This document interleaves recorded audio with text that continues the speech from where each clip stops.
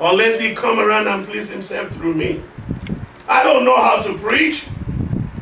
I don't know how to sing. I don't know how to talk. I don't know how to do anything that has to do with heavenly issues. But I got a Father who knows everything, who can do everything, and is ready to do it through me. Please, let's get away from us. Let's get ourselves out of the picture.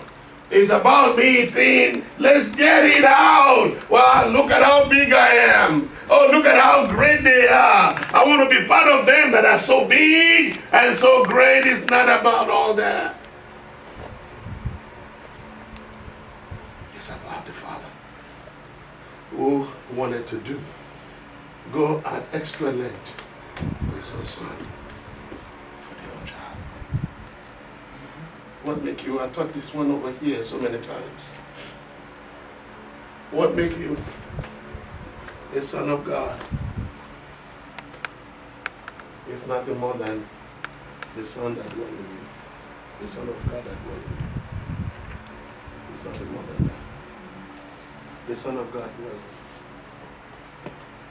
you. And when God sees His Son in you, He didn't say, that's my daughter. He said, that's my son. Because what makes you daughter is on the outside here. It's part of your house. What makes you what makes your nail a little bit lighter than me is the color that God painted his house. He didn't paint it, he didn't choose that.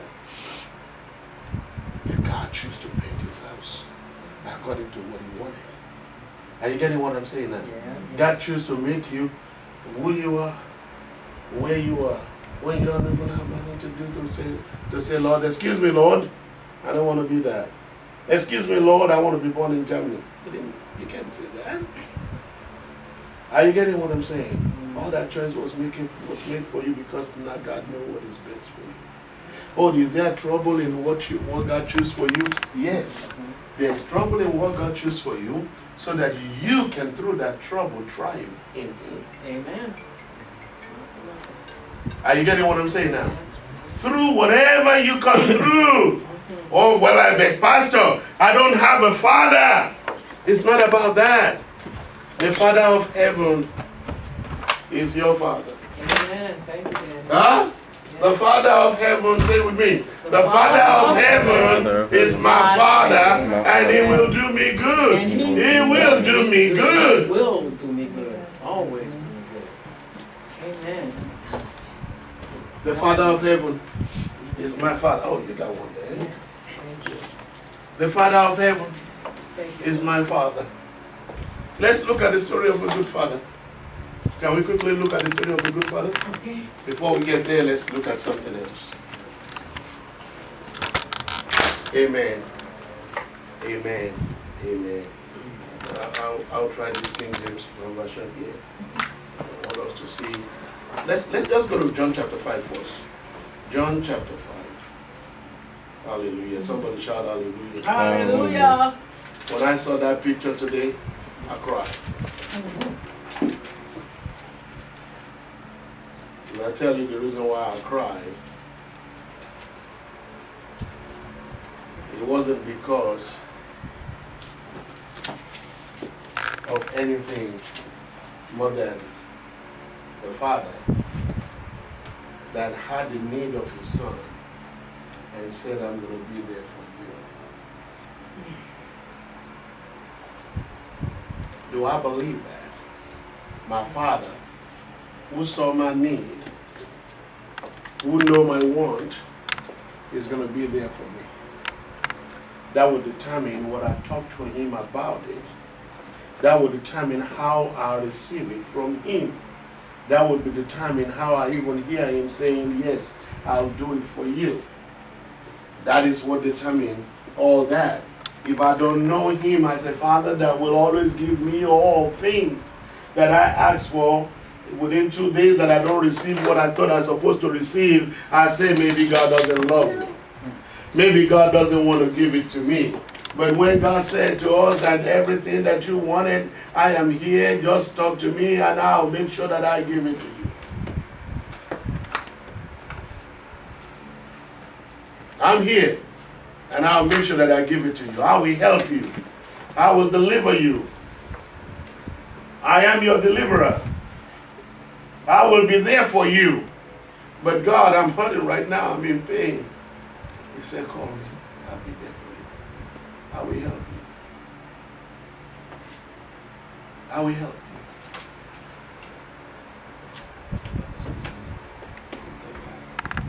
Are you in John chapter 5 yet? Yes. Let's go to verse 17. But Jesus answered them, my Father works hitherto, and I work also. Therefore, the Jews sought the more to kill him, because he not only had broken the Sabbath, but said also that God was his Father, making himself equal to what? Making himself equal to God. Where's your Bible?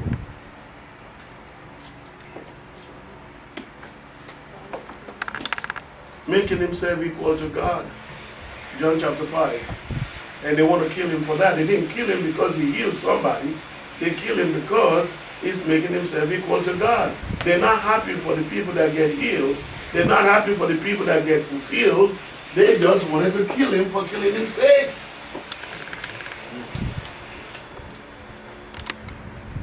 And Jesus said to them, why are you angry with the men that tell you the truth? Yeah?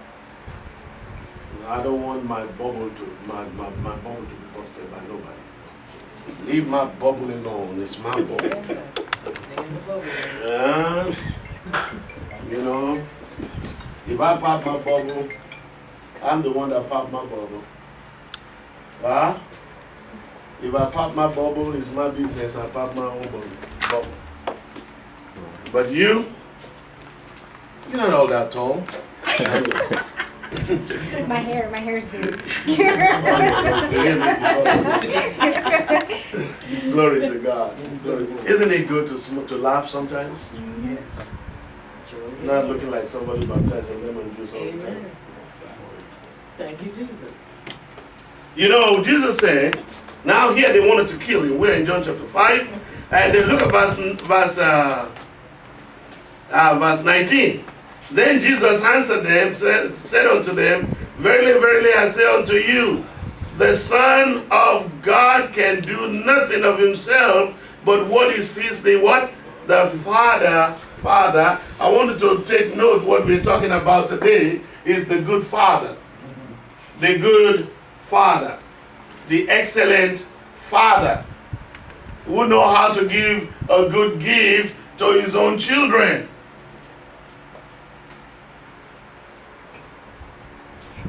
He know how to give a good gift to his own children. Look at what it said. I saw the Father doing the work, and I'm doing exactly what the Father is doing. Verse 20. For the Father loved the Son and showed him all things that he that himself do, and he will show him greater works than these, that he may be surprised. Marvel. I wanted to check this out.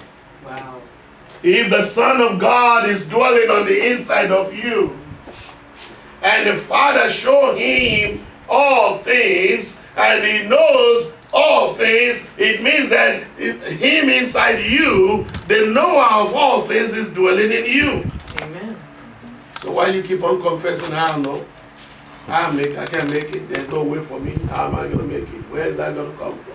When you said, my wife asked me something, I said, God will take care of that. And the first question that the devil will ask her was, she didn't ask me, but I knew that she get asked, where is he going to get it from? Don't worry about it. Are you getting what I'm saying now? The first thing that the enemy will say is, how are you going to make it? You can't make it. There's no way for you. Look at you. You don't got this. You don't have that. You don't have that. You cannot. Daddy do it. Huh? Daddy do it. I remember there was some man in Africa a couple of years ago. The man couldn't speak a good English. And all he can do is, him gonna do harm. That's all he says. Him, talking about God, him, gonna do harm.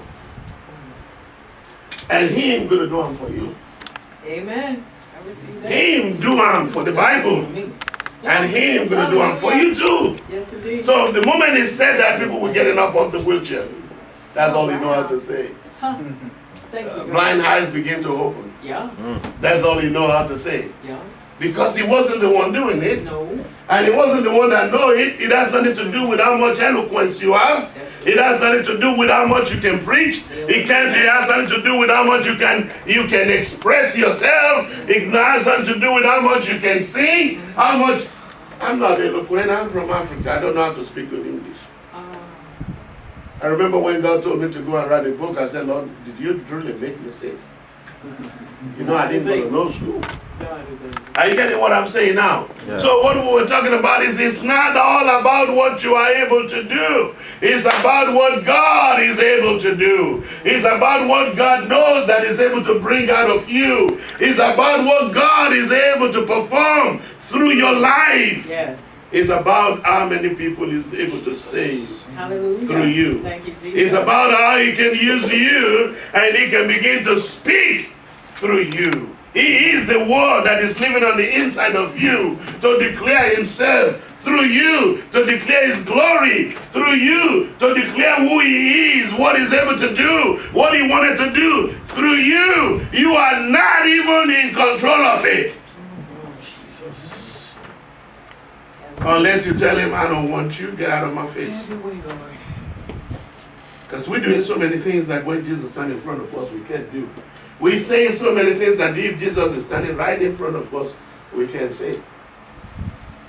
Because we thought He's condemned us. He doesn't like it. We know He doesn't like it. But because we don't have the consciousness that everywhere we go to, the knower of all things is inside us and He's standing right in front of us. We don't realize that. We say things that if Jesus is dwelling in our house, we will not let Him hear what we say. Jesus. The Son cannot do anything of Himself. How many sons do we have here? Amen. Thank you. The Son cannot do anything of Himself. Can't do anything of Himself. Look at what it says. For the Father loved the Son and showed Him all things that He Himself doeth, and He will show Him greater works than these, that you'll be surprised. For as the Father raised up the dead and quickened them, even so the Son quickened whoever He will. Whoever He will. It's choice.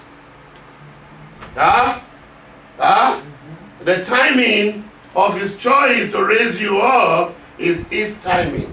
Right. The timing of His choice to bring you out is His timing. The timing of His choice for you to be born is not your time, is His timing. The timing of the Lord for you to get saved has nothing to do with you, has nothing to do with what you do right or what you do wrong, is His timing. Why am I trying to get something now on my timing?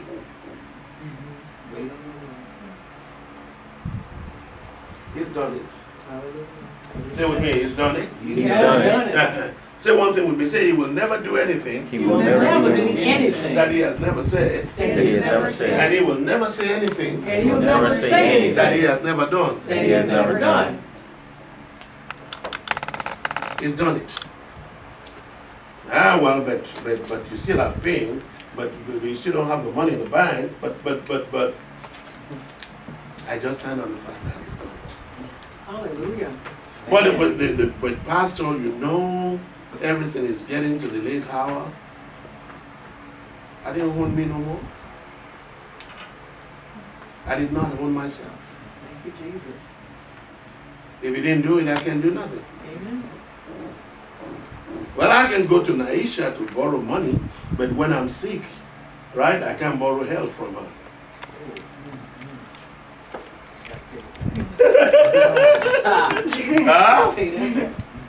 Jesus.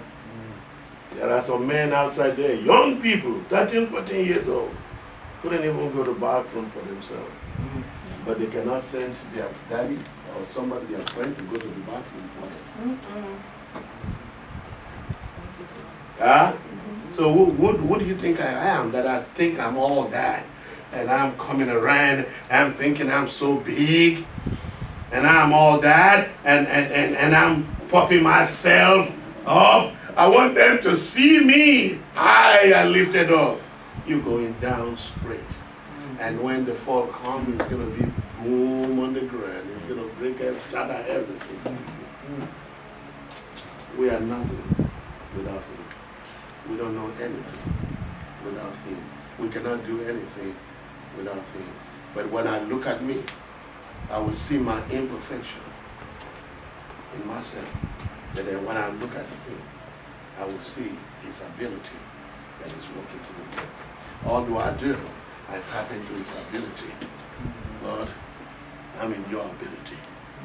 Lord, I'm holding on to your power. I can't do this myself. Help me, help me, help me, help me, help me. Help me. Help me. It's what Jesus is talking here. If Jesus said, I don't know nothing, I can't do nothing except what I see my Father do. What do you think you're supposed to say? Huh? What do you think you're supposed to say? You're supposed to say, well, I know it all. You know, people tell me, they say, well, that guy, it seems he knows a lot of stuff, and he acts as if he knows it all. Oh, no, that's not it. That's not it. I don't even know. What is that? 1/100th of the Bible. 1/100. I don't know it.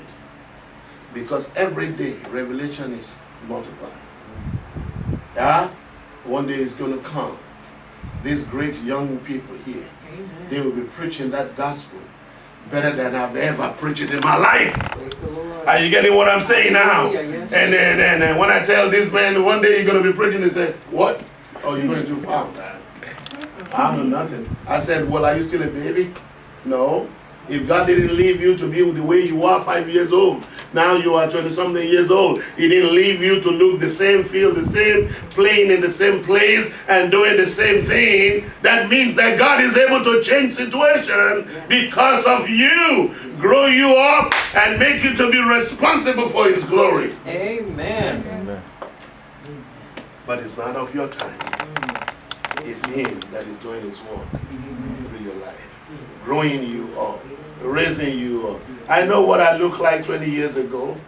When I see it again, I said, was that me? Yeah? Not talk of 30 years ago, I was full of afro. About that time, you know. Now I don't have none over there no more now. Yeah? I tried to buy some, but they won't sell it to me. Anyway, let's keep it going. Right?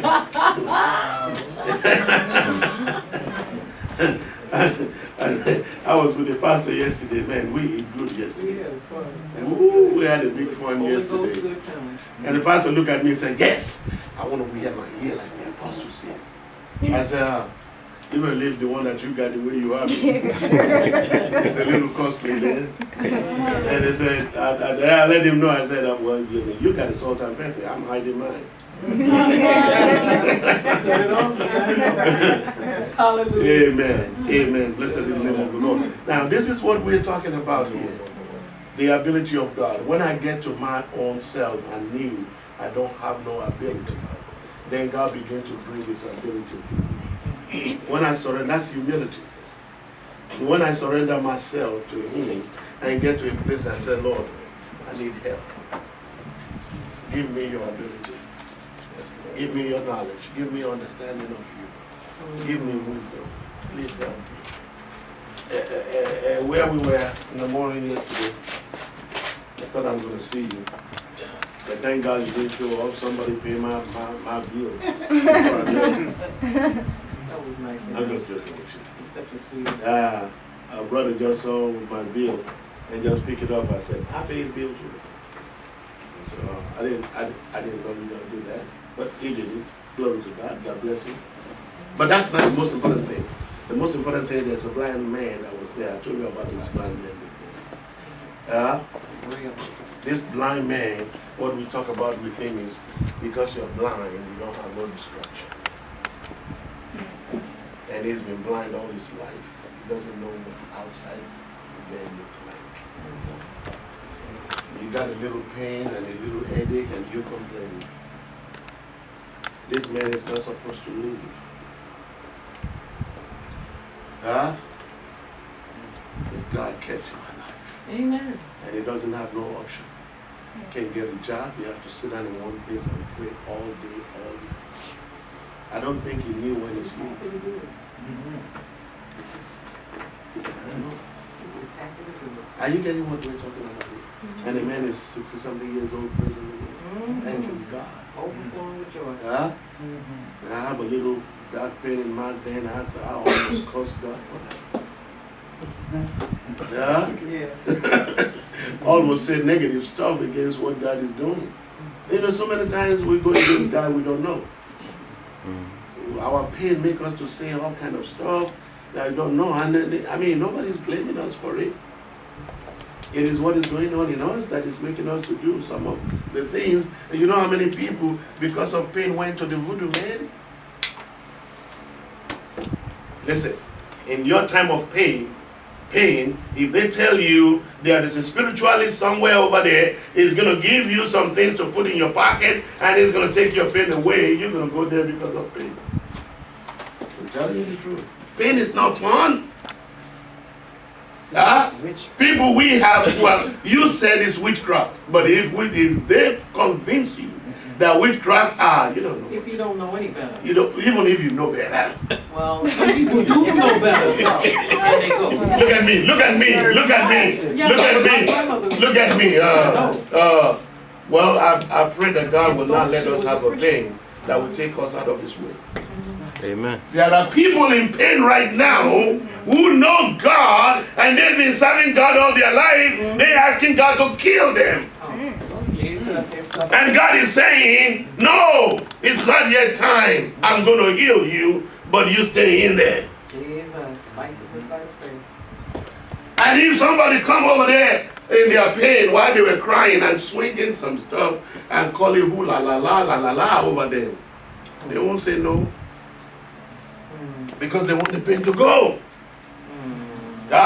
You don't even check the medication that they're given to you if it's good or no. Because of your pain and you want the problem to leave, you taking that medication. Where do you think the medication comes from? What do you think they put together? Maybe they put a cotton wool and wind it with some stuff and make a tablet out of it. And you taking it, you don't even check if it's going to work or not. Because you just want the pain to go. They tell you to take only one bite of painkiller. You are taking 5 and you know it can kill you, but you just want the pain to go.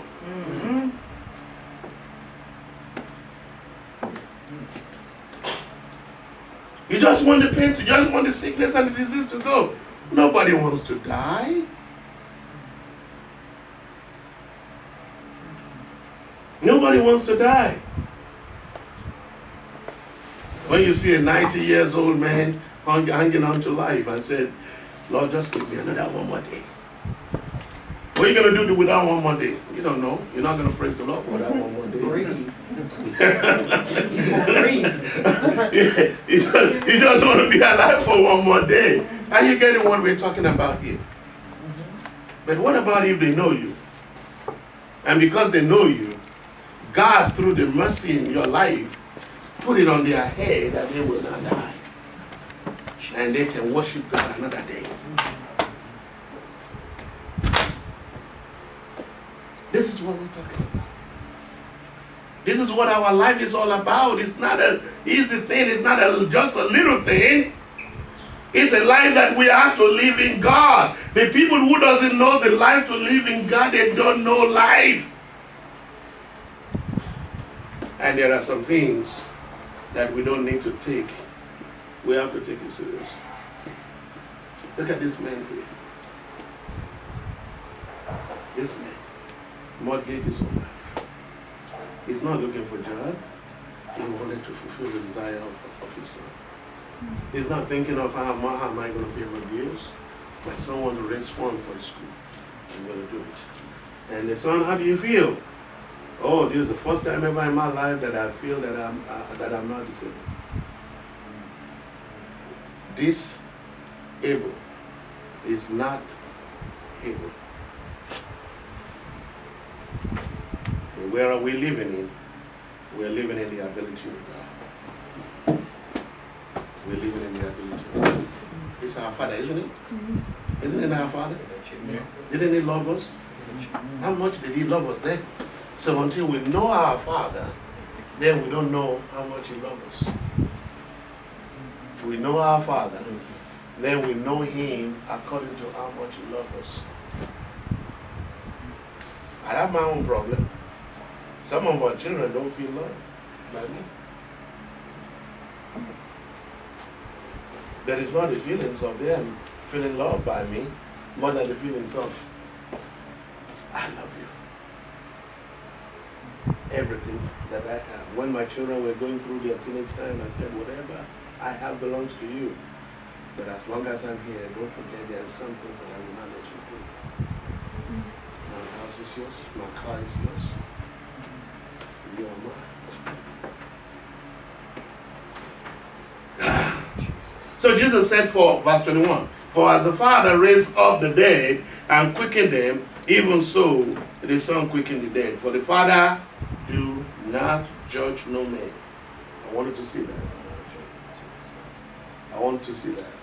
The Father do not judge no man. Yeah? He gave the judgment to the Son, and the Son in another place, I didn't come to judge the world.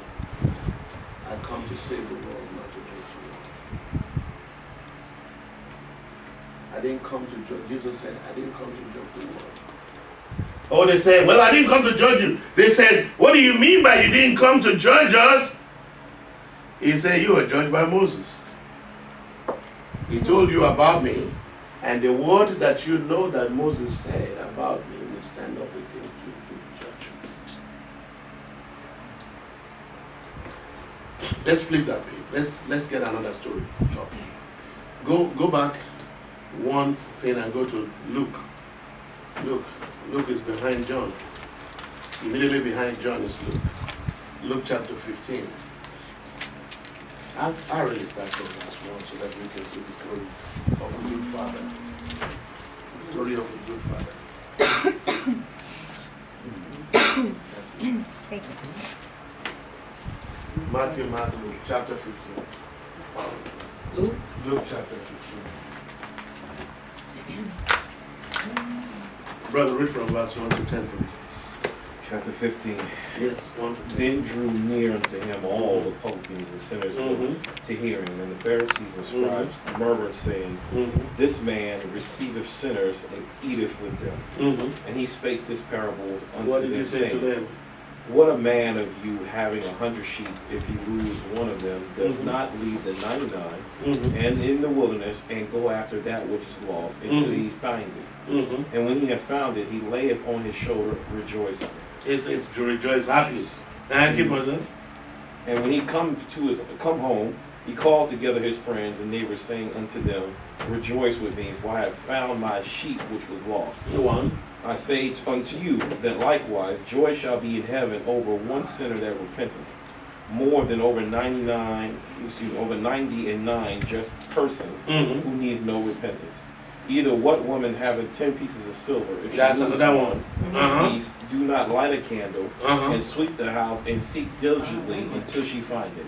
And when she has found it, she call her friends and her neighbors together, saying, Rejoice with me, for I have found the piece which I had lost. Yes. Likewise, I say unto you, there is joy in the presence of the angels of God over one sinner that repenteth.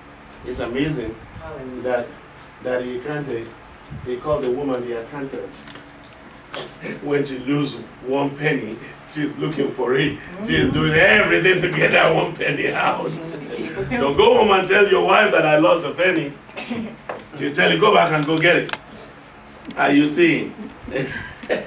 and so now Jesus was laying the foundation over here. This is Jesus talking. Did you read that? Yeah. Chapter? You did? Yeah. Okay. We have a Wednesday breakfast. No, coffee with open Bible. That's what I call it. Morning coffee with open Bible. And thank God, it's 2 weeks now. that we've been going. Then a friend of mine triggered me yesterday, which is what I need. If I have to be praying myself sometimes in the Holy Ghost for 1 hour, I struggle. Just pray straight, non-stop, 1 hour. It's hard enough to pray for 5 minutes in the Holy Ghost. Let's talk of praying for 1 hour. I'll tell you about praying in the hour when I finish with this. And I'm not even saying it to invite you. No. I'm saying it to tell you. And last night, I was so much alive. Thank God I sleep. For a few seconds, a few minutes earlier. And I was able to, it's only 3 people. Only 3 of us. I want to carry them to the end of the year. Praying in the Holy Ghost. There is a difference between intercession and intercession.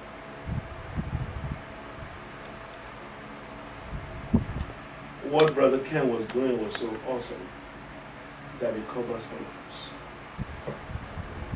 But when he stepped out of that into the pool of the unknown, which is what I was telling them to get ready for. I just joined them yesterday. I did the one that involved me, but I look like, I am cutting some things down and putting something back together. So what I'm saying to you is that when it comes to that kind of, it's not for everybody, it's not going to be in there, because if there is something behind you when you come in to do that kind of intercession, the enemy will beat you down.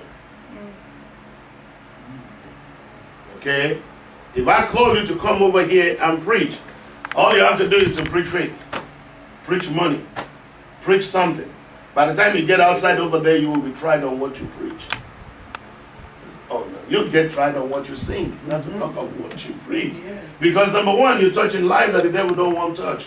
And if you are not strong or there's something else that you're doing, the devil will accuse you and beat you down with it. So there are people that have a little